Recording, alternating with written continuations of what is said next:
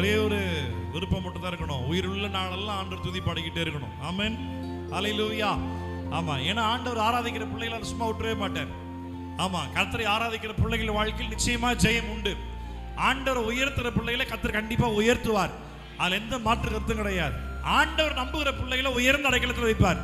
மனசுல திருப்பி திருப்பி உணர்த்தப்பட்டு கொண்டே இருந்த ஒரு வசனம் என்ன அப்படின்னா, கர்த்தரை நம்புகிற மனுஷன் செழிப்பான்.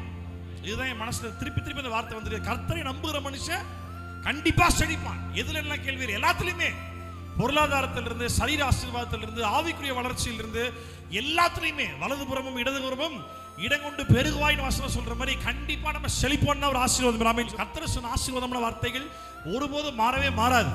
அவர் சொன்னார்னா கண்டிப்பா நடக்கும். ஒரே விஷயம் மட்டும்தான், இதெல்லாம் யார் தெரியுமா நடக்கும்? கர்த்தரை நம்புகிறவங்க மட்டும் தான் செழிப்பான். கர்த்தரை விசுவாசிக்கிறவர்களுக்கும் அல்லாதவர்களுக்கும் நிச்சயமா வித்தியாசம் உண்டு.